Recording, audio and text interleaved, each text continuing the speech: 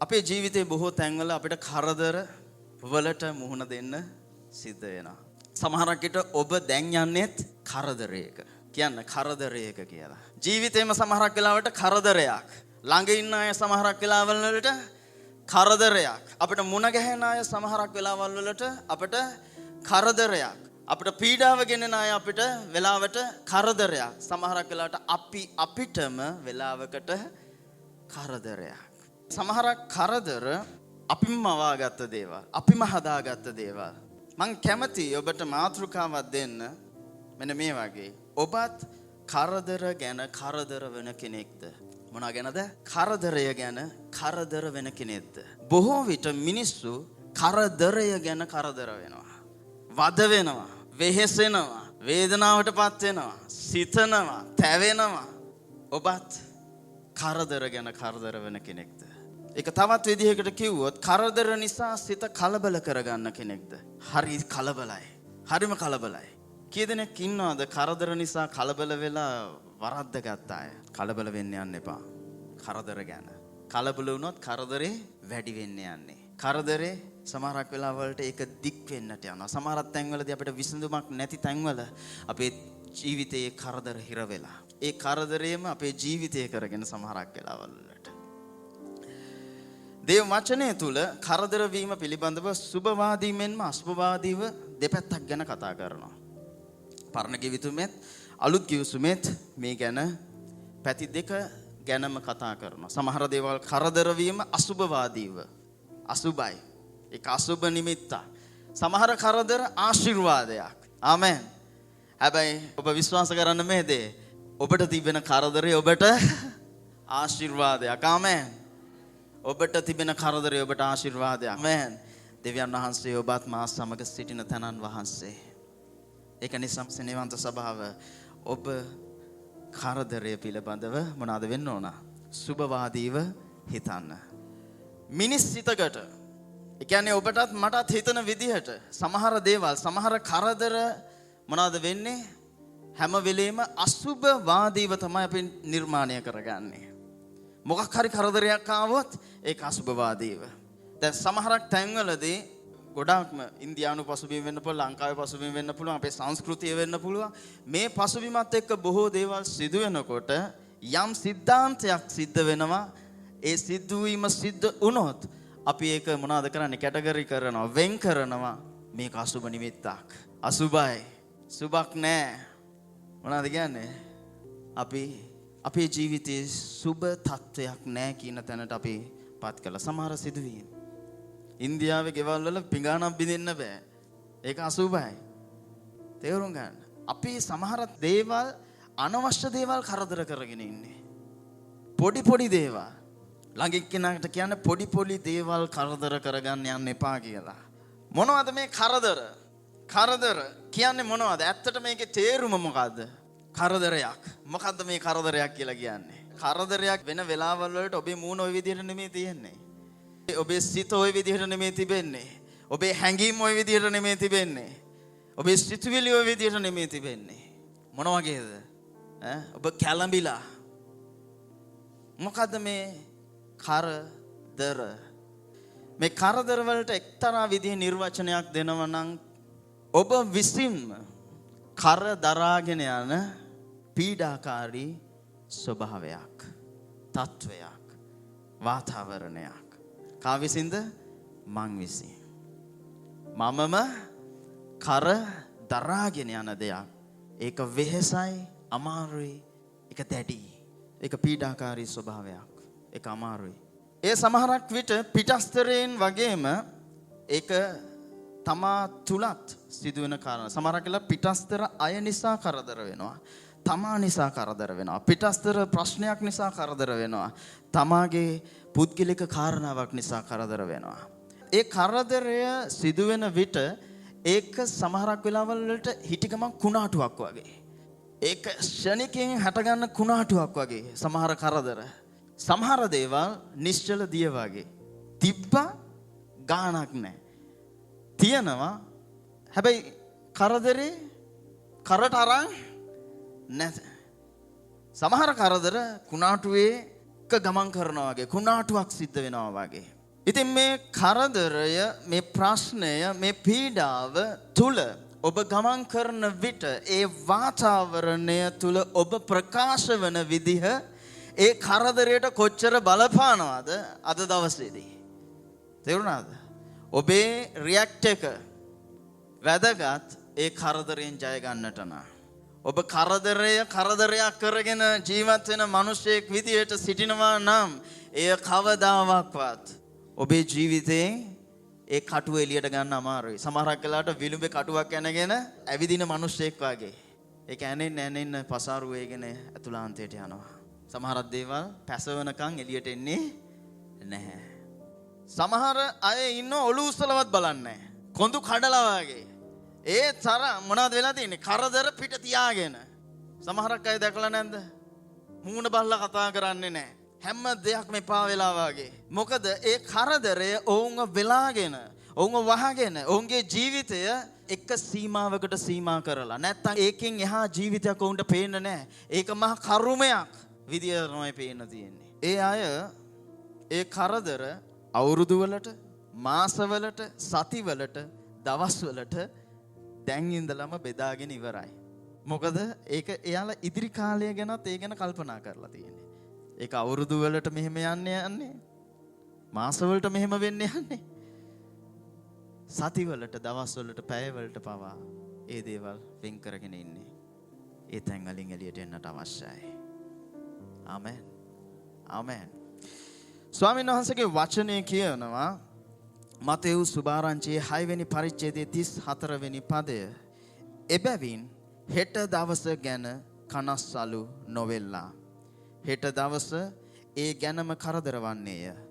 දවසේ කරදරය දවසට සෑහේයි. ආමෙන්. මෙතන කරදරය ගැන 3 වතාවක් කතා කරනවා. මේකේ කනස්සල්ල කියන්නේත් කරදරයටමයි.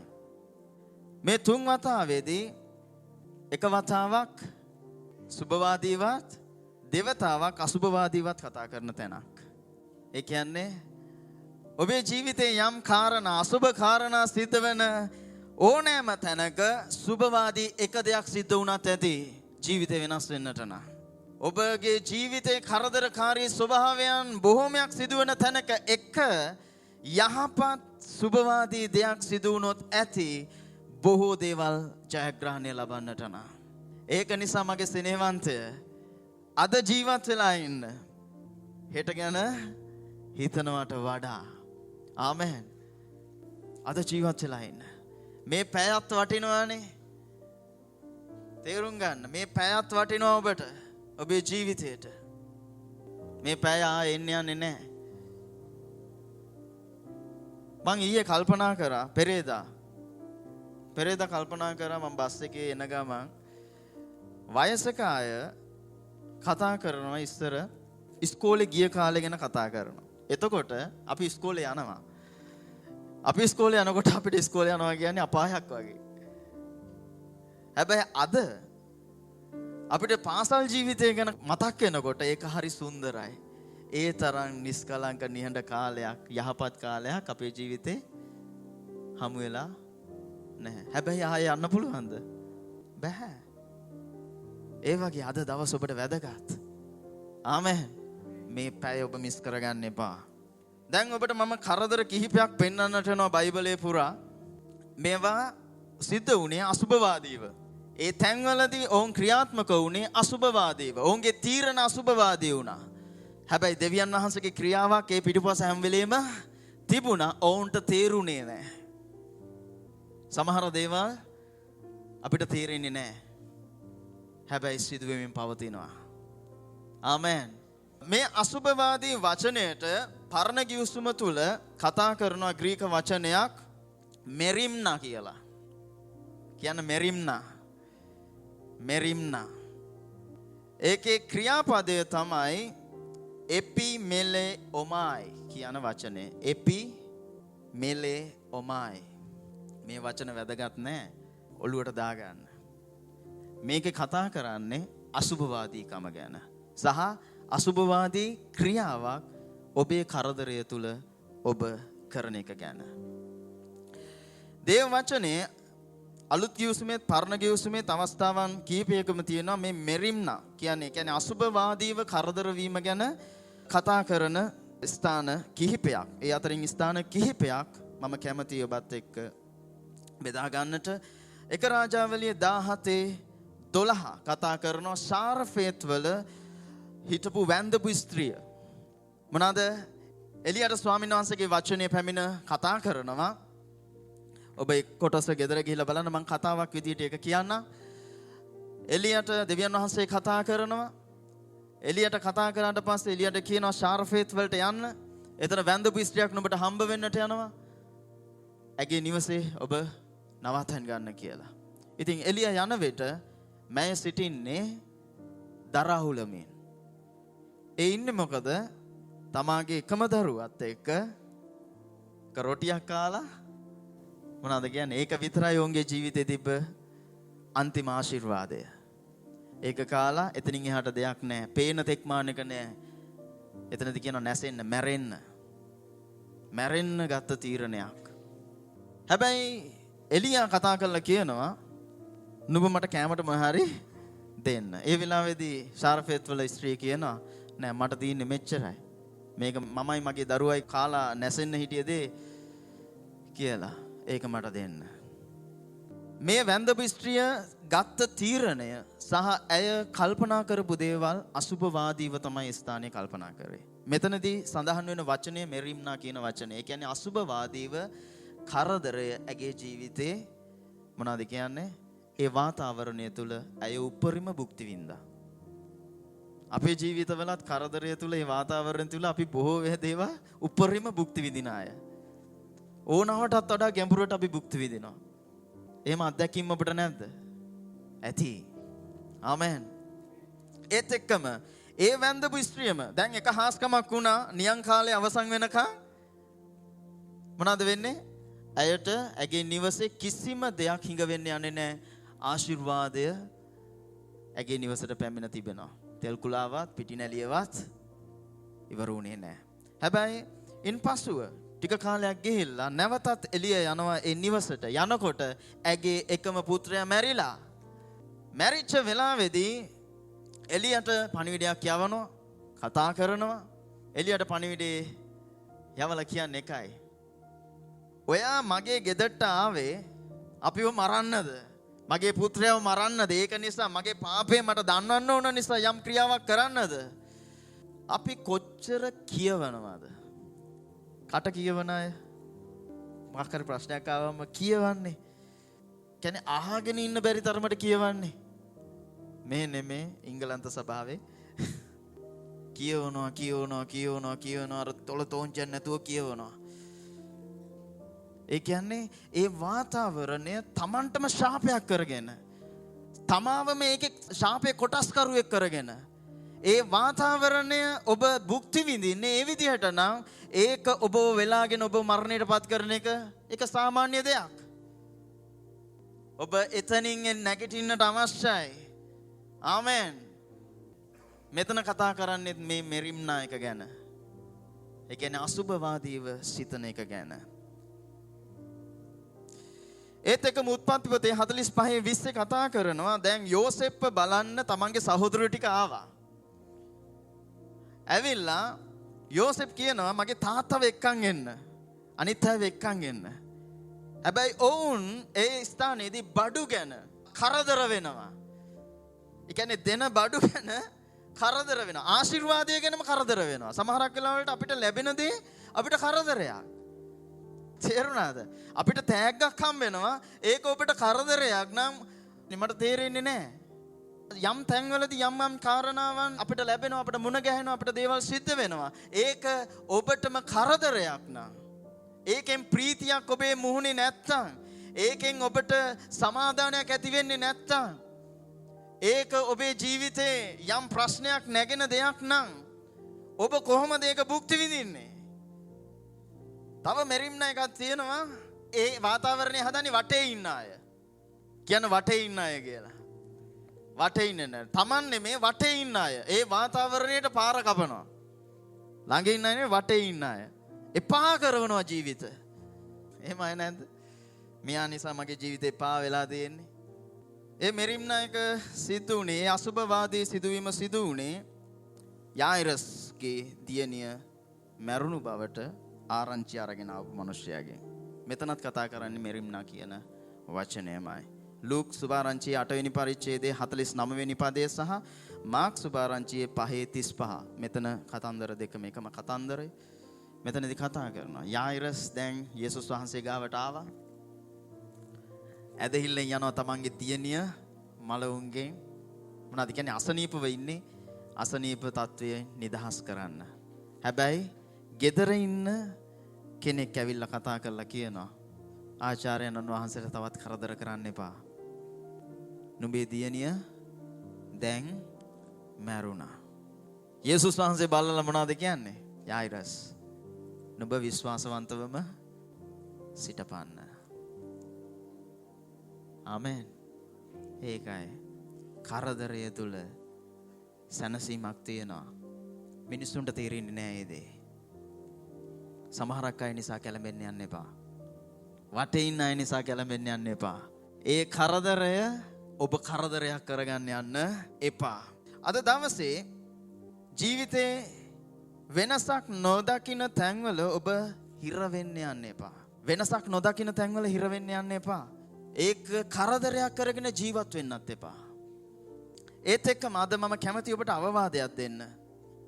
ඒ අවවාදය නම් ජීවිතේ ඔබ ලබන කරදර වලින් ඔබවම ඒ කියන්නේ ඔබේ සිත වෙනස් කරගන්නට ඔබ වෑයම් කරන්න.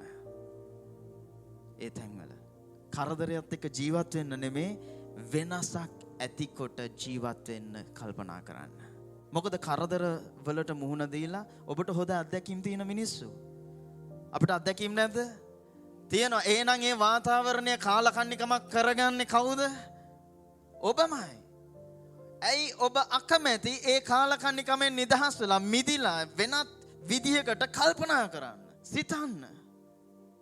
අරක සමහරක් වෙලාවල් වලට බුල්ටෝ ටොෆියක් වගේ. හරි රසවත්. හයියයි තදයි. හැබැයි තේරුම් ගන්න. ඒ තැන්වල වැළලෙන්න යන්න එපා. ලූක් සුභාරංචියේ 21:34 කියනවා මලපතක් වගේ හදිස්සියේ පැමිණෙන කරදර පීඩා මේ ජීවිතේ වෙහෙසකින් නුඹලාගේ සිත් බර නොවන්න බලා ගන්න. ඒ කියන්නේ මලපතක් වගේ. ඒක කිසිම ජීවයක් නැති, කිසිම සාරවත්කමක් නැති, කිසිම විදිහක කිසිම ආකාරයකින් ඒ දේවල්ට ජීවය දෙන්න බැරි දෙයක් සිදු වෙනවා හා සමානව හදිස්සියේ සිදු වෙනවා ඒ දේවල්. ඒ ප්‍රශ්නය. එදා දවසට ඔබ මොන විදිහටද හැසිරෙන්නේ? ඒ හදිස්සියේ පැමිණෙන දෙයට. ඒක පැත්තකින් දවසේ කරදර අපිට දවසට සෑහේ. ආමෙන්. ඒ දවසට එන කරදරය ඒ දවසත් එක්ක ඉවර වෙලා දාන්න. ඊළඟ දවසේ අලුත් කරදරයක් එන්නට යන්නේ. ඒක මලපතක් කරගෙන ජීවිතය කරගන්න යන්න එපා. අද ඔබ හිත හදාගන්න සූදානම් වෙන්නට අවශ්‍යයි. මොකටද? කරදරය සභාවට තියලා යන්න. ඊළඟ කාලේ ඔබ බලාගන්න. හැබැයි මගේ යේසුස් වහන්සේ තමයි ප්‍රශ්න විසඳන්නේ. හැබැයි ඔබ විශ්වාස කරොත් යේසුස් වහන්සේ ඔබේ ප්‍රශ්නේ විසඳන්න යනවා. ඒක නිසා අද සූදානම් වෙන්නේ ප්‍රශ්නය කාට තියන්නද? සුභවාදීව යේසුස් වහන්සේ ඉදිරියේ තබන්න. ආමෙන්. මම කතාවක් ඔබට කියන්න කැමතියි. පුරුෂයනි ඔබටයි මේ කතාව. කාන්තාවටත් එක්ක. දවසක් හිටියා මිනිහෙක්. මේ මිනිහයා ව්‍යාපාරිකයෙක්. මොහුගේ ව්‍යාපාර ස්ථානයේ ඔහු මොනවා හරි ප්‍රශ්නයක් ආවොත්, මොනවා හරි සිත් කලබල වෙන කාරණාවක් සිදු වුණොත් ඔහු මුකුත් කතා කරන්නේ නැහැ. ඔහු කෙලින්ම ගිහිල්ලා ඔහුගේ ඔෆිස් රූම් එකේ ඉඳගෙන ඔහුගේ පර්ස් එක අරලා බලලා ආය වහලා තියලා එළියට එනවා මුකුත් උනේ නෑ වගේ. දැන් මේකේ හිටපු සේවකයන්ට මේක ප්‍රශ්නයක්. මගේ බොස් කොහොමද මේ කරදරේ මේ වාතාවරණය මෙච්චර සැහැල්ලුවට හිතන්නේ? ඉතින් දවසක් සේවකයෝ අතර කතා කරා බොස් එළියට ගිය ගමන් මොකද්ද මේ හැමදාම බොස් ගිහිල්ලා බලන්නේ කියන එක බලන්න. ඉතින් මේකට අවස්ථාවක් එක්කෙනෙක් කිව්වා ඒත් එකම එයා දෙයක් කියනවා. ඒක බලලා දෙයක් කියනවා. ඒ කියන දේත් වැදගත්, බලන දේත් වැදගත්. ඉතින් එක්කෙනෙක් කිව්වම අපි මේක වොයිස් රෙකෝඩර් එකක් තියලා බොස්ට හොරෙන් අපි රෙකෝඩ් කරමු කියලා. ඉතින් රෙකෝඩ් කරන ගමන් දැන් එක්කෙනෙක් කිව්වා අපි කොහොමද බලන්නේ මේක දැන් අපිටත් වෙනසක් ලබන්න අවශ්‍යයිනේ. මොකද්ද මේ බලලා ඇති වෙන වෙනස කියලා. ඉතින් ওই දවසක් උදා වුණා. ගියා. බොස්ගේ පර්ස් එක මේස උඩ තිබ්බා. ගත්තා බැලුවා. ඇති දෙයක් නැහැ. එක ෆොටෝ එකක් තියෙනවා. ඊට පස්සේ රෙකෝඩ් එක එහෙම මොන් කරා. ඒකේ රෙකෝඩින් එකේ තියෙන්නේ මේකත් එක්ක මම අවුරුදු ගාණක් ජීවත් වෙනවා නම් මට එන අභියෝග මොනවද? ඒ කියන්නේ යාගේ පර්ස් එකේ තියෙන්නේ වයිෆ් ගේ ෆොටෝ එක. එයා හැමදාම ඔෆිස් එකට ගිහිල්ලා වයිෆ් ගේ මූණ බලලා කියනවා මේ අභියෝගයත් එක්ක මම ජීවත් වෙනවා නම් මෙච්චර කාලයක් වෙනත් අභියෝග මොනවද? තේරුම් ගන්න. එහෙම හරි කමන්නේ නැහැ ඔබට නිස්කලංක වෙන්න පුළුවන් නම් මොනවද කියන්නේ? කරදරයක් නොවේ. හැබැයි මං කියන්නේ නැහැ. ඒක ඔබ කැමති කෙනෙක්ගේ ෆොටෝ එකක් එතන දාගන්න. හැබැයි යේසුස් වහන්සේගේ මූණ හොයන්න. ආමෙන්. ආමෙන්. යේසුස් වහන්සේගේ මූණ හොයන මිනිසෙක් වෙන්න. තේරුම් ගන්න. දැන්වත් ඔබ කරදර ගැන කරදර වුණා ඇති. කරදරය ගැන කරදර වුණා ඇති. අපි නැගිටිමු ස්වාමීන් වහන්සේ ඉදිරියේ. ඔබ එක දෙයක් ගැන කල්පනා කරන්න. ස්වාමීනි මගේ කරදරය ගැන ඔබ වහන්සේ දන්නවා. මම වෙහෙසන දේ ගැන ඔබ වහන්සේ දකිනවා. මං මුලාව කිය තැන ඔබ වහන්සේ දකිනවා පියාණනේ. ඔබ දන්නවද මේ කාලේ ඔබ විඳින්න උපරිම පුද්ගලිකව මගේ ජීවිතේ සමහර අභියෝග පැමිණෙන විට ඒ හැම තැනකම මම ධෛර්යමත් කරන අය ඉන්නවා. ඒත් එක්කම මා තුලම ධෛර්යමත් වෙන දෙයක් නම් ස්වාමීනි ඔබ වහන්සේ මගේ කරදරය දරාගත්තා. ඒ නිසා මගේ කරදරයෙන් මම නිදහස්. ආමෙන්. ඒ හැම තැනකම අපි කතා කරන දෙයක් තියෙනවා. අපිට අභියෝග වෙන තැන්වල අපි ඒක අපේ ජීවිතේම කරගත්ත තැන්වල සමහර අභියෝගාත්මක තැන්වල ඔබ ගමන් කරද්දී ඒ අභියෝගය ඔබව නිකන් දරුකමකට හදා ගන්නවා වගේ. ඒක ඔබව නඩත්තු කරන, ඔබව පෝෂණය කරන, ඔබව පුදුම විදිහට පීඩාකාරී අස්වාභාවික තැන්වල ඔබව හිර කරගෙන, ඔබේ සිතුවිලි, ඔබේ මනස, ඔබේ ජීවිතය ඒ තැන්වල හිර කරලා, ඒ තැන්වලින් ඔබට පිළිතුරු ලැබෙන්නේ හැම වෙලෙම අසුභවාදීව. සුභවාදී එක වචනයක් ඒ තැන්වලින් නිදහස් වෙන්නට යන්නේ නැහැ. මොකද ඔබත් ඒ වාතාවරණයට හුරු වෙච්ච කෙනෙක් නා. අනේ සෙනෙවන්ත සභාව ඔබේ තැන්වලින් එළියට එන්න. ඒ කරදරේ, ඒ පීඩාව අද දවසට විතරක් සෑහි. අද දවසේ කරදරේ අද දවසට සෑහි. උන්වහන්සේගේ වචනය කියනවා කනස්සලු වීමෙන් නුඹේ ජීවිතයට එක අවුරුද්දක් හරි වැඩි කරගන්න නුඹට පුළුවන් වුණාද? එක දවසක්, එක පැයක්. ඒක නිසා මගේ සෙනෙවන්ත ඒ කනස්සලු වීම මලපතක්. ඒක කුණාටුවක් වගේ එක ක්ෂණිකයෙන් ඇවිල්ලා ඔබ විනාශ කරලා යන්න පුළුවන් කාරණාවක් වෙන්න පුළුවන්. ඒ තැන්වල ඔබේ ප්‍රතික්‍රියාව, ඔබේ ක්‍රියාව වැදගත්.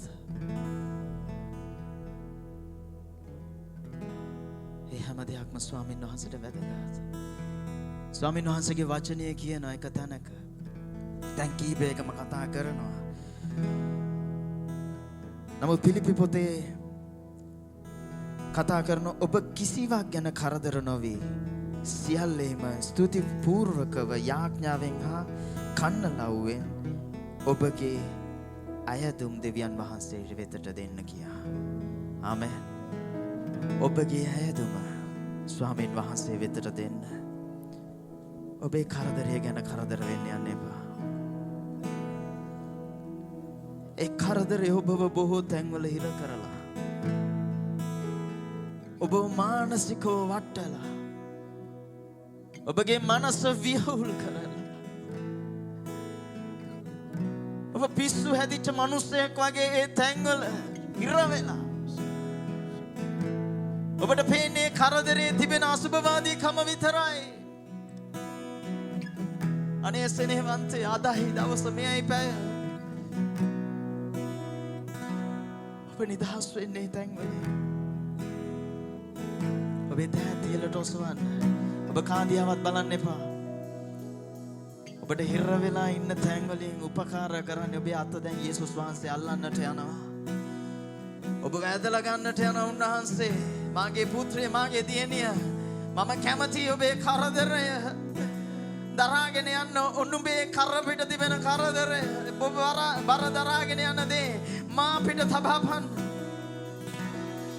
මම ඒ ඔබට සුබ සිද්ධියක් වෙන්නට සලස්වන්නා වූ තනන් වහන්සේ.